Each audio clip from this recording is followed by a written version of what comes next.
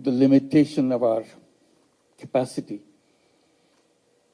to save people, and uncertainty with the way nature behaves, that we cannot track. We still have a long way to go, how to make sure we understand the nature and get along with it, making sure we can save people from the uncertainties that confronts us. Bangladesh is also a part of the area which is prone to earthquake. Luckily, we have not hit by such tragedy in Bangladesh yet.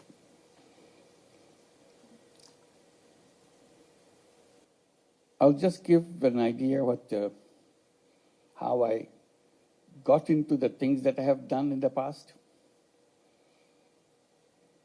I was just mentioning to His Excellency, Minister of Social Development,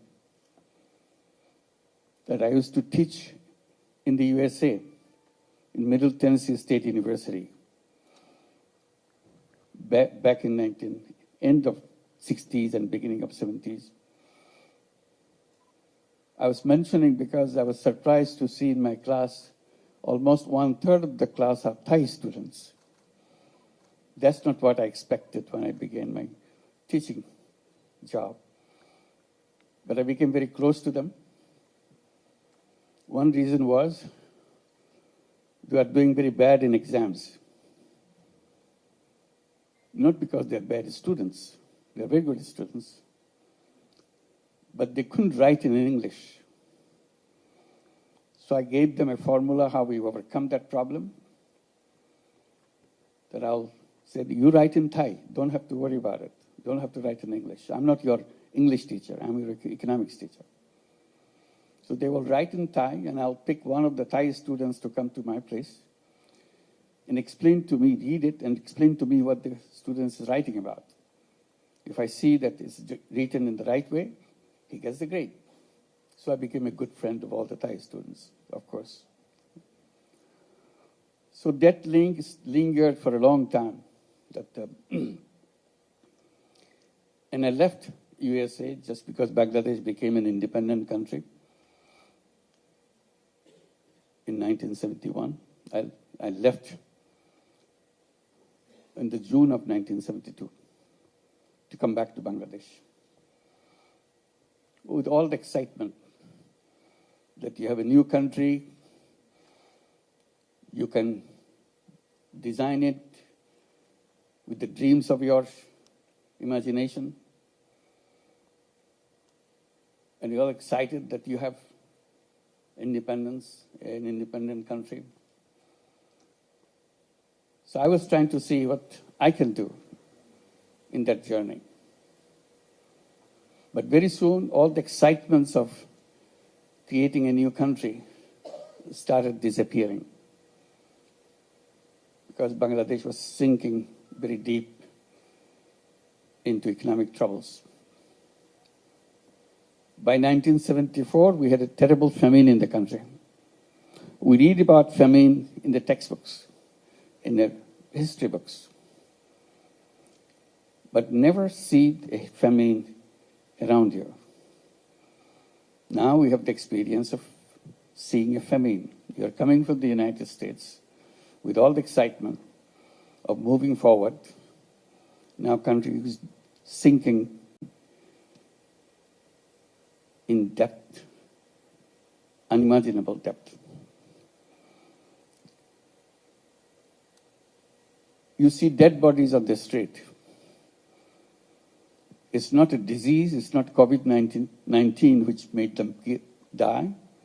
It's just not being able to have a fistful of rice to keep them alive. So as a young person, you start wondering, what good is this university where I'm teaching is all about?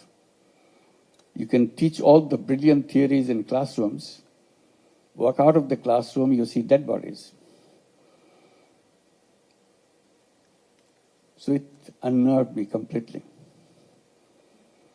I didn't know where to begin, what to do. I did little thing here, little thing there, didn't work. Then I decided, Bangladesh is too big for me. I'm a small guy. I can't do anything for whole Bangladesh. But I can do something for the village next to the university campus. This is a very interesting university, beautiful new university, but located in the midst of villages, not in the city, in an urban setting. So I decided this tiny village next to the campus is my Bangladesh. I'll do everything I can to make sure this village remains away from the deaths from hunger. Not only this year, next year, a year from now on. So all the imagination that you have with a good economic life, I tried to bring in my ideas, how to build this, create those situations in this village. I did little things again to see if I can be helpful to people. Then I realized the village is too big for me. I can't do anything for the whole village. So I started paying attention to individuals. That's a long story. When I started talking to the people in the village, get to know them, they look at me with suspicion because I'm coming from the university, which is just next door. But still, you're a kind of quote-unquote foreigner. Luckily for me, I could speak the local dialect. So that way, there was no language difference. So one particular event took me to take a next step. Woman I met, she was a victim of a loan shark. She did a wonderful job, but the benefit of her job is entirely taken away by the loan shark who provide her the money to buy the ingredients for whatever she is making. And the loan size was just over $1. That's a loan. But that $1 loan kind of made her into a slave labor. And instead of overcoming the problem, she became a slave labor because whatever she prepares, the condition of the loan shark is, you have to sell anything you produce to me at the price I decide. Imagine that. So in the conversation, I said, if I give you the $1, can you produce and sell it in the market? She was not familiar with the market. She said, I can try. So that was my first loan I gave. Gave her $1. I said, you have to pay me back. But whenever you can, I'm not going to force you to do anything. And the results I got from her kind of made me think, if $1 can do such a thing, why don't I do more? And I still have lots of money in my pocket. I'm coming from the United States. I was teaching there for several years. My pockets are full with dollar. So that was the beginning.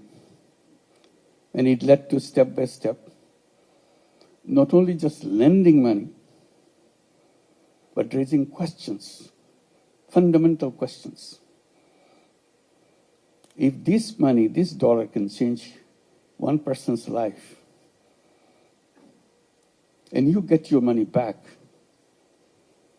why don't we do more? I go to the bank in the campus. It's a newly built campus, newly built banking offices. I talked to the manager. I said, why don't you lend money to the people, poor people in the village? He was shocked. He simply argued, bank cannot lend money to poor people. They argued and argued. Nothing changed. I said, you know what? Your banking system is totally wrong. You are built in a wrong principle. The principle that you work with, the more you have, the more you get. So you're always looking for the guys who have more, so that you can give them more.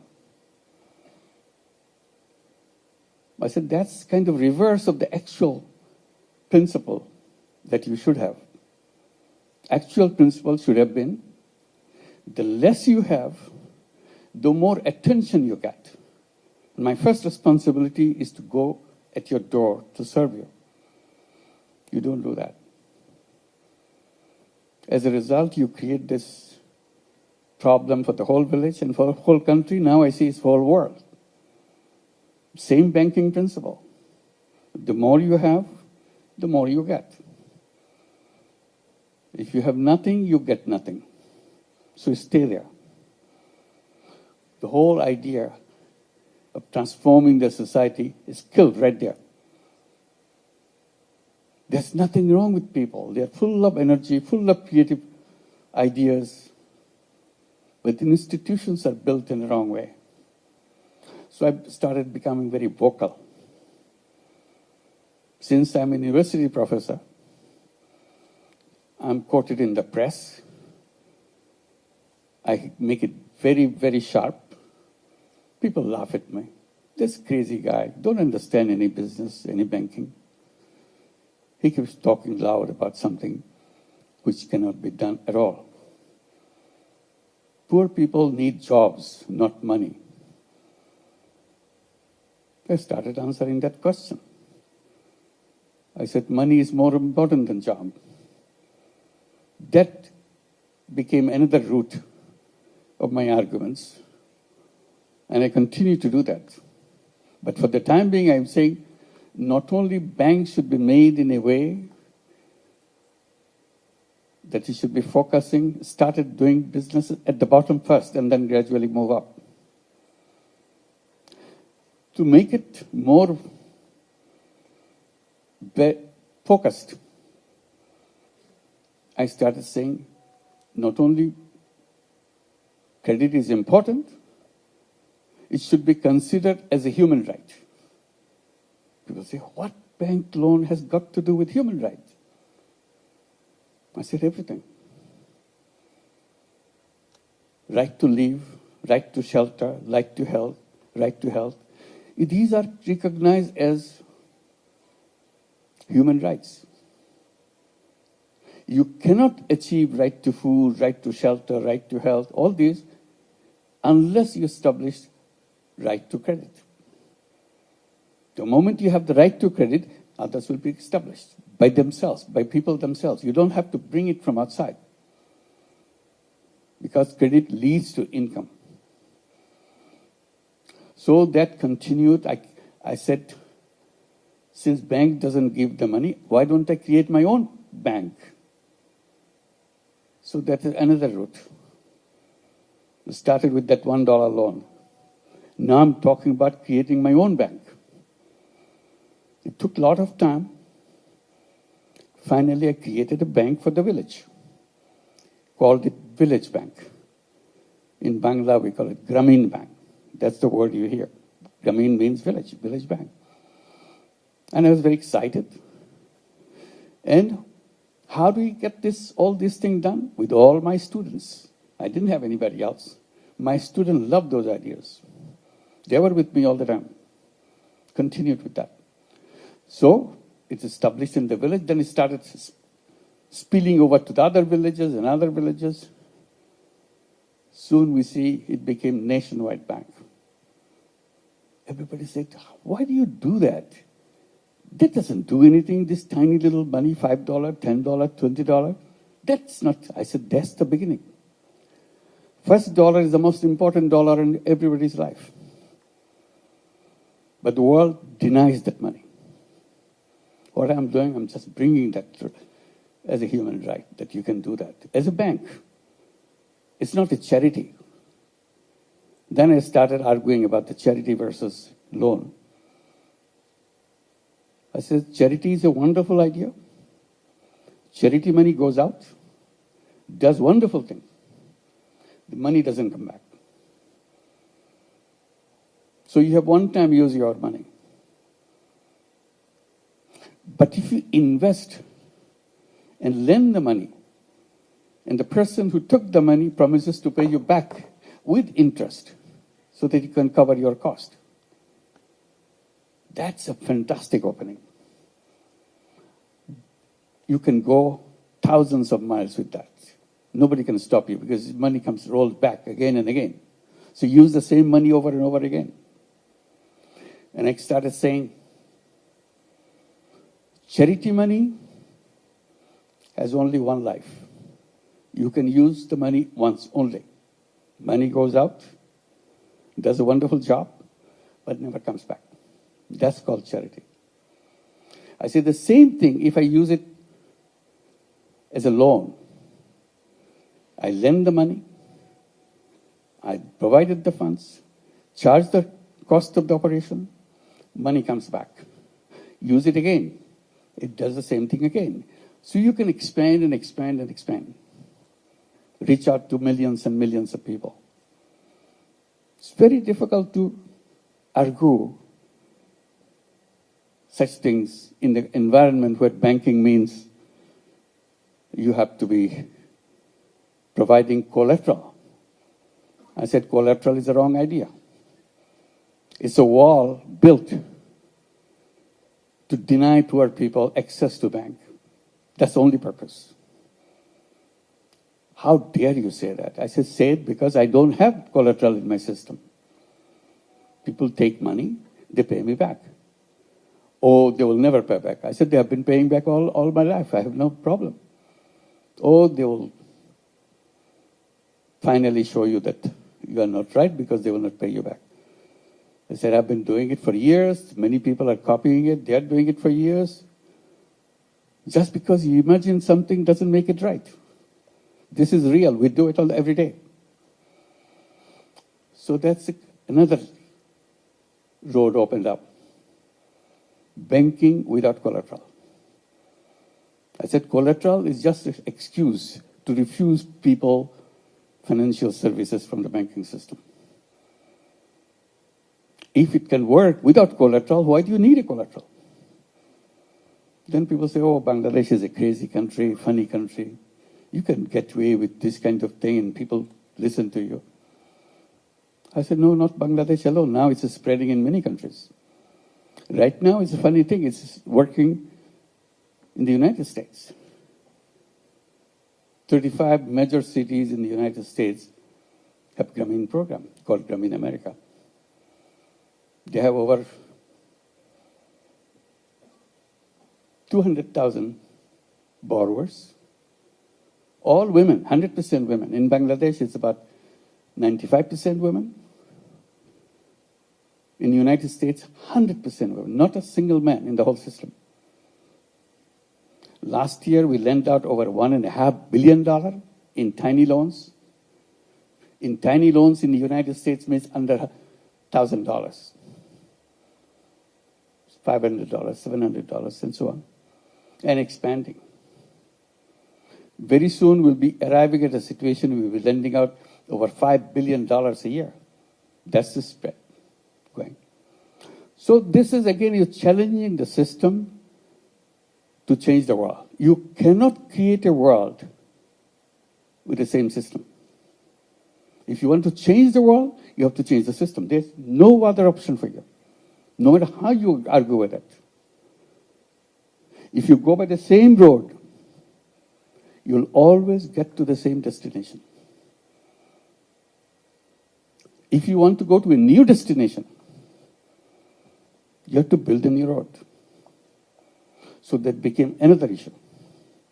We continued with that, and when we have this system working in Bangladesh, we saw problems with children, healthcare, education.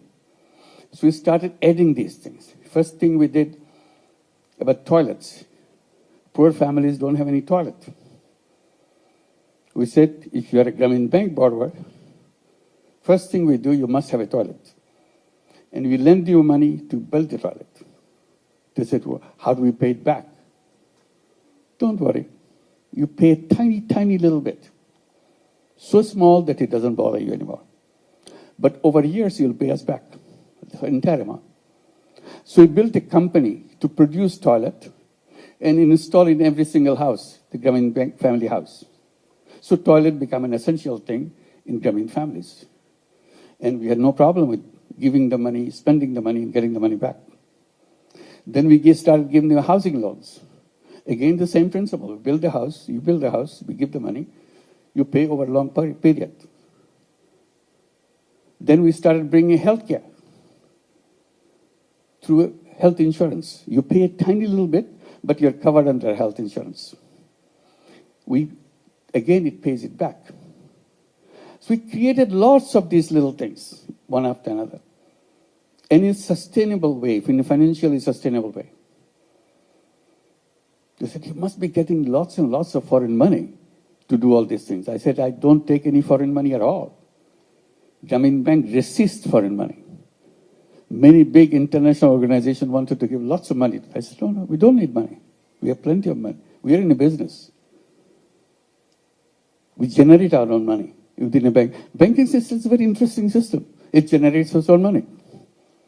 People come and put their deposits in the bank and use the money to give it to the people. And we are the most reliable bank in the whole country. We work in all the villages. People from the area, they come and put the money because no other bank. So we have lots of money coming in. Our problem is not shortage of money. Our problem was a surplus of money. They put the money in, but we don't know how quickly to expand your business because your business is fixed. It has to be poor women. They have capacity to take money is limited. So it's a very reverse kind of experience. So this is one area. We created all these businesses. We created these programs, turned into businesses. Toilet business, so it became a commercial business. We produce toilets and sell it to borrowers. Healthcare became a separate business. Housing became a separate business. So along the way, we created many businesses. And people keep asking, how many businesses can you run? You must be making a lot of money. I said, yes, it brings the money back, but we don't want to make any profit out of it. Another debate began. Debate is, how can you run a business not to make money? Because in our textbook says, you must maximize profit if you want to be a business. And you're saying you don't want to make profit for yourself. I said, that's the difference. I'm saying, I don't want to make profit for myself. Business makes profit. Profits is rolled into the business to expand the business, to reach out to more people, provide more services. It's self-reliant businesses. That became a debate. That you cannot call a business. I said, I'm an economics teacher, so you don't have to define what a business is all about. It's a perfect business. Simply, I don't take the money off the business into my pocket. That's all. Then it turns not a business. You have to make money. That's the business. I said, no, that's not what it says. It says you have to make profit, not put it in your pocket. No, you have to put it in your pocket. So that debate went on. Big experts in economics started challenging the whole idea. I said, okay, it doesn't fit into your idea of business. This is a new idea of business. So I needed a name to define it as a new business. So I started calling it social consciousness-driven business. When I mention it several times, it looks too long for me. So I simplified it, called it social business. What is a social business? Social business is a business to solve problem rather than make money for yourself. Oh, then this is not a business. Business is not supposed to solve problems. Business is supposed to make money for yourself. I said, this is a new kind of business. Do you have a problem with that? If you have a problem, you don't go do it. I have no problem, I do it. So I created social businesses. And one after another, we created many, many social business, became nationwide businesses. Very interesting thing is, some international companies, global companies became interested in the concept of social business. They wanted to build social business, taking us as a partner. So we agreed. So we kept Danone, Uniqlo, and many other such companies. So another class of business is created, social business. So the world is stuck. And it cannot free itself from the old thinking. In old thinking, you are destroying this whole world for yourself. I said, old thinking has created old civilization, which you are going through. And I repeatedly underline that the old civilization that we are going through, the present civilization that we are going through, is a self-destructive civilization. It will destroy everything. And that's the path we are going. If you want to survive as human being on this planet, I said we have to create a new civilization, which will be, the features of new civilizations has to be very clear. First condition of the new civilization, the businesses should not be greed-driven. So greed part has to be squeezed out in the new civilization. Greed will destroy us. Why? Because whatever, all the things that we talk about, we promise as a government to see this is what we're doing. Our country is moving forward, our GDP is growing and all that. Growth rate is so high. So what? All the wealth this is generated gets concentrated in few hands. They become richer, richer and richer. And we call it development, we call it growth, we call it fantastic economy. But that's, you are planting the seed of your self-destruction. Unless wealth is shared, you cannot sustain a society. Concentration of wealth equals concentration of power. And you start concentrating power and deprive the power for the people in the ground, that society will collapse sooner or later. That's it. This is one reason why the civilization cannot sustain. On top of it, we are destroying the planet through environmental side. We created the world where consumption is the king. You buy, consume, consume, consume. And in the process, create waste and waste and waste. If not anything else, the whole waste that we generate every day will put us into grave of waste. I said we have to redesign our lifestyle. Lifestyle is not about continuous process of creating waste. Life is about preservation. Life is about protection. So I continued on that. Then finally I came out with one idea, put it in a kind of capsule format. Said we have to create a civilization of 3 zeros. 3 zeros. 0 net carbon emission, 0 wealth concentration, 0 unemployment. And unemployment not because everybody has a job. The way I interpret unemployment, I said, human beings are not born to work for anybody else. The economic system that we are taught, is again put onto a wrong footing. We are asking everybody to find a job. Our education system is built around finding, so that you can get a job as soon as you finish your school. You get a certificate, you get a job. I said, human beings are very different from job seeker.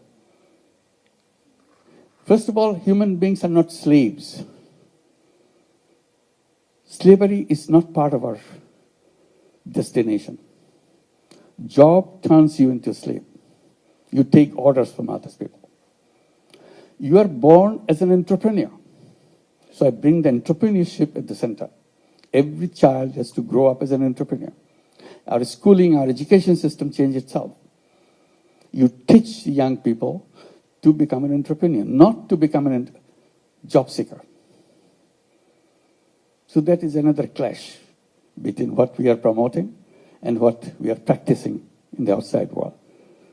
I said, the young generation today is you forget about the previous generation. Today's generation is so different. I keep mentioning to the young generation that you are the most powerful generation in the human history.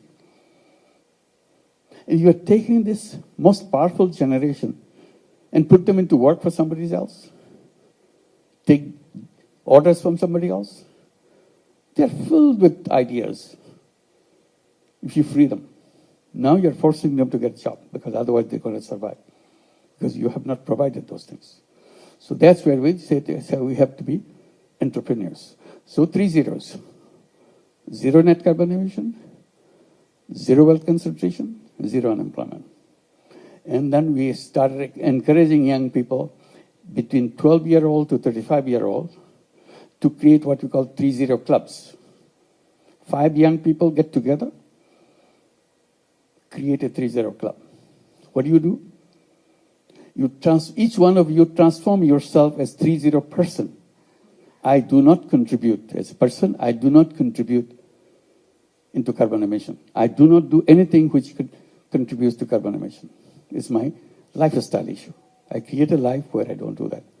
I do not create any waste. This is part of my commitment as a member of the 3-0 club. I do not practice anything which will lead to wealth concentration. 0 wealth concentration. I'll become an entrepreneur. I do not contribute to job seeking, working for somebody else. So these are the 3-0. I become a 3-0 person. So this is the direction I want to go.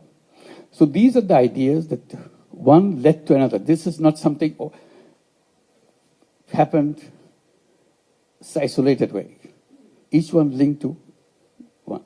I mentioned to go back, concentrate on one village. I said, whatever you try to do, don't try to do overnight, change the world. You cannot do that. If you want to change the world, you start with your village. You start with your neighborhood.